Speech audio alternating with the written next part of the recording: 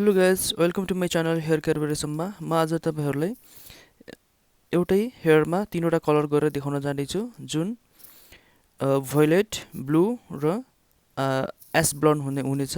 यो चाहिँ हाम्रो क्लाइन्टको पहिलाको हेयर भयो, जुन हामीले उहाँको हेयरलाई एकदम राम्रोसँग प्युरिफाइङ स्याम्पूले दुईचोटि राम्रोसँग वास गरिसकेर 100% ड्राई गरिसकेर सेक्सनिङ गरेँ र सेक्सनिङ गरिसकेपछि हामी प्रिलाइटिङ गर्नुपर्छ। त्यसको लागि मैले मिक्सिङ गर्दैछु, जुन हाम्रो 1:2 को रेसियोमा मिक्सिङ गर्दैछु। तपाईँहरूले देखिराख्नु भएको छ।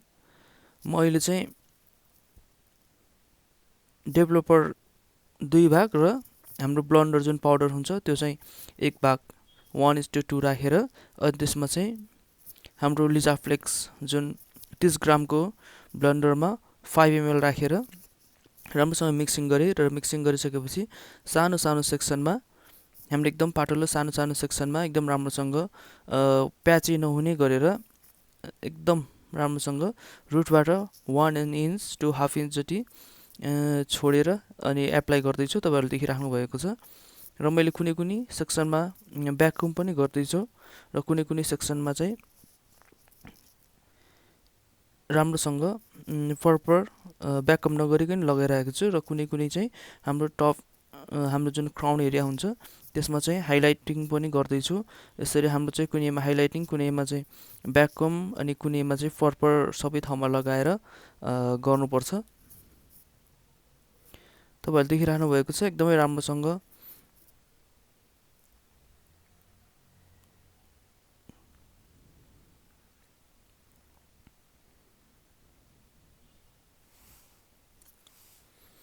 जुन हाम्रो अगाडिको चाहिँ हामीलाई चाहिने जति प्रिलाइटिङ आएको भएर र हामीले चाहिँ त्यो प्रिलाइटिङ चाहिँ रिमुभ गरिसक्यौँ।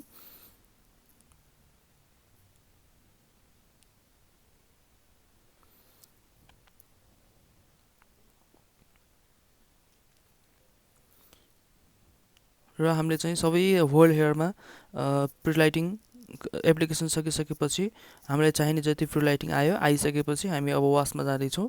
र तपाईँहरूले देखिराख्नु भएको छ, मैले अब स्याम्पू स्टेसनमा गएर अनि सबै राम्रोसँग फोइल पेपरहरू निकालेँ र निकालिसकेपछि फेरि राम्रोसँग त्यो हाम्रो जुन प्रोडक्ट हेयरमा भएको हुन्छ त्यसमा थोरै पानी राखेर इमल्सिफाई गर्दैछु। त्यो गर्दा राम्रो प्रिलाइटिङ आउँछ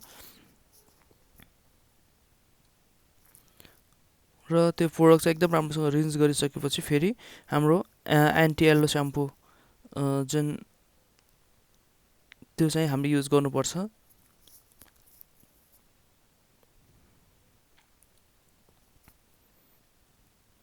प्रोडक्ट चाहिँ एकदम राम्रोसँग क्लिन गर्नुपर्छ। तपाईँहरू देखिराख्नु भएको छ।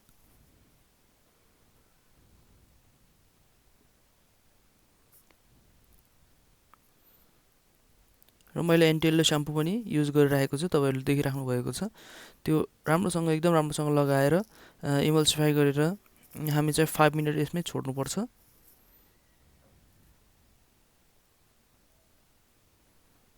हाम्रो यो एन्टी येल्लो स्याम्पूले चाहिँ हाम्रो जुन कम टोनिङ येल्लो टोनिङ कम छ भने त्यसलाई चाहिँ इन्क्रिज गरिदिने काम गर्छ। तपाईँहरूले देखिरहनु भएको छ, अघिको भन्दा अहिले अझै लाइट कलर आएको छ हाम्रो हेयरमा।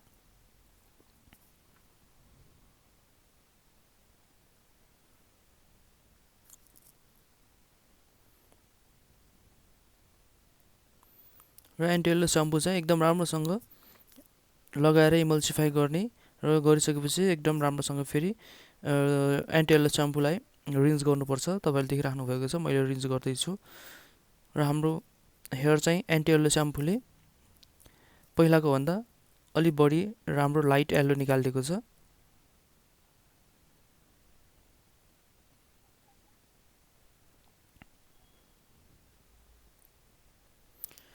र मैले यता आएर ड्राई गरेँ हेयरलाई ड्राई गरिसकेपछि अब उहाँको रुट्समा जुन हाम्रो येल्लो र ब्ल्याक हाम्रो जुन पहिलाको भर्जिन हेयरको बिचमा जुन हल्का ग्याप हुन्छ त्यसमा चाहिँ मैले नेचुरल कलर गर्दैछु। तपाईँहरूले देखिराख्नु भएको छ, जुन हाम्रो रुट टचअप भन्ने पनि हुन्छ, जुन रुट टचअप गर्दैछु।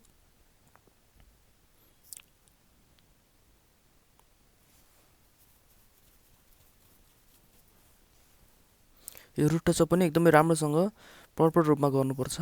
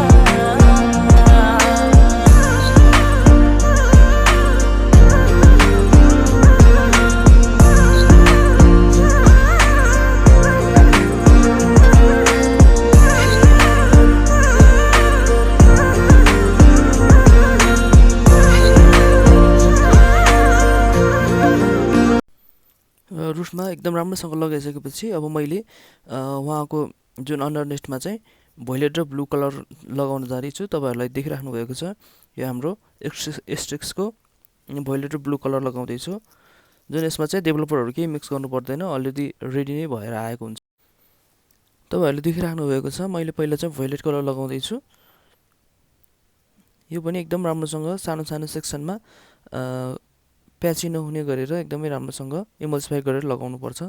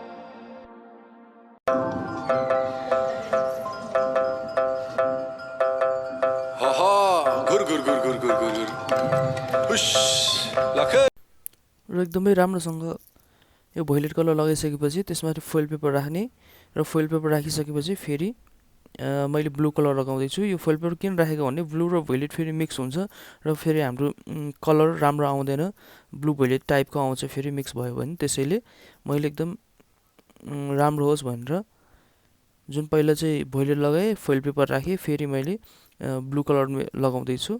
तपाईँहरूले देखिराख्नु भएको छ यो ब्लू कलर पनि एकदम राम्रोसँग इमल्सिफाई गरेर प्रपर एभ्री हेयरमा लाग्ने गरेर लगाउनुपर्छ।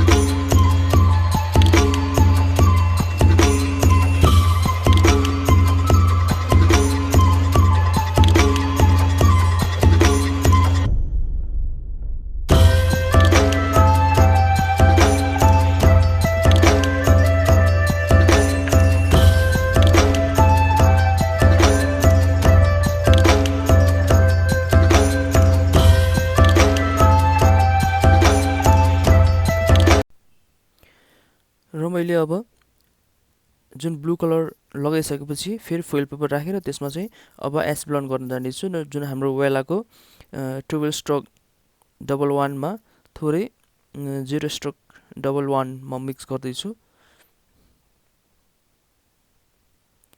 तपाईँहरूले देखिराख्नु भएको छ यसमा चाहिँ 10 भोल्युम युज गर्नुपर्छ। मैले त्यो पनि डेभलपर पनि 1:1 को रेसियोमा मैले मिक्स गरेँ र एकदम राम्रोसँग मिक्स गर्नुपर्छ। र मिक्स गरिसकेपछि अब उहाँको हेयरमा एकदमै राम्रोसँग लगाउनुपर्छ। तपाईँहरूले देखिराख्नु भएको छ मैले लगाउँदैछु र लगाउने बेलामा एकदम राम्रोसँग एभ्री हेयरमा लाग्ने गरेर लगाउनुपर्छ।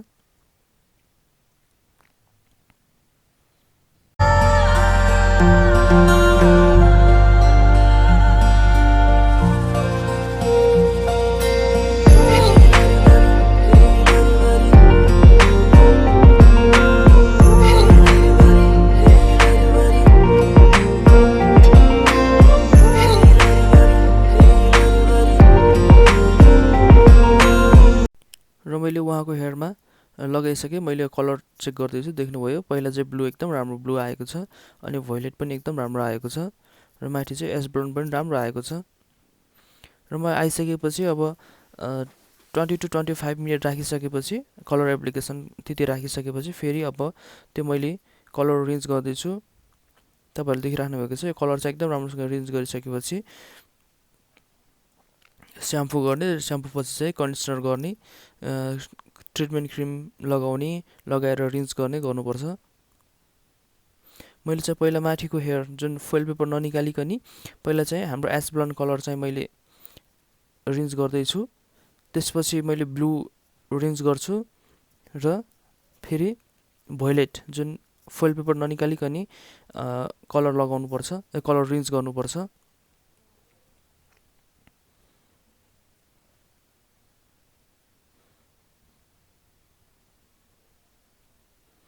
र मैले सबै कलर रिन्ज गरिसकेपछि देख्नुभयो नि हाम्रो रिजल्ट एकदम राम्रो आएको छ, भोइलेट, एस ब्लन्ड र ब्लू कलर।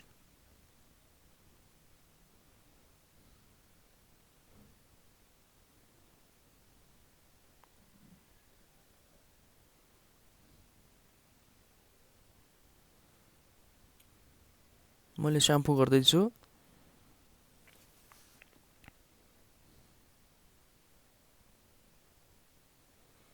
स्याम्पू पनि एकदमै राम्रोसँग गर्नुपर्छ। उहाँको हेयरमा प्रोडक्टहरू बाँकी रह्यो भने फेरि हेयरलाई असर गर्छ, त्यसैले एकदम राम्रोसँग रिन्ज गर्नुपर्छ। र मैले अब उहाँको हेयरलाई स्टाइलिङ दिन जाँदैछु, तपाईँहरूले देखिराख्नु भएको छ।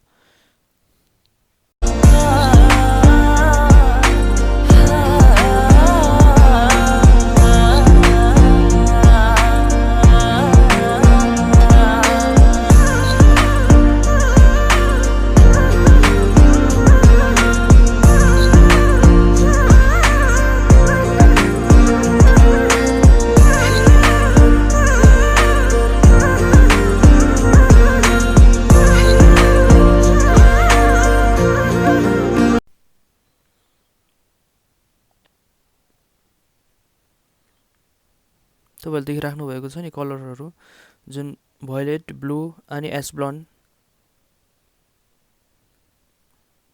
रिजल्ट एकदमै राम्रो आएको छ, तपाईँहरूले देख्न सक्नुहुन्छ। र मैले उहाँको हेयरलाई अब स्टाइलिङ दिन जाँदैछु।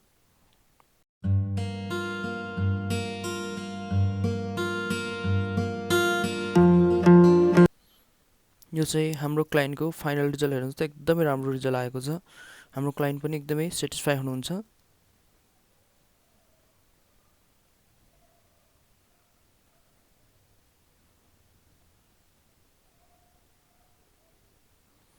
देख्नुभयो नि एकदमै राम्रो। Thank you so much guys, मेरो भिडियोलाई सुरुदेखि लास्टसम्म हेरिदिनु भयो। फेरि अर्को भिडियोमा भेटौँला। केही सोध्नु पर्यो भने मलाई कमेन्ट बक्समा कमेन्ट गर्नुहोला।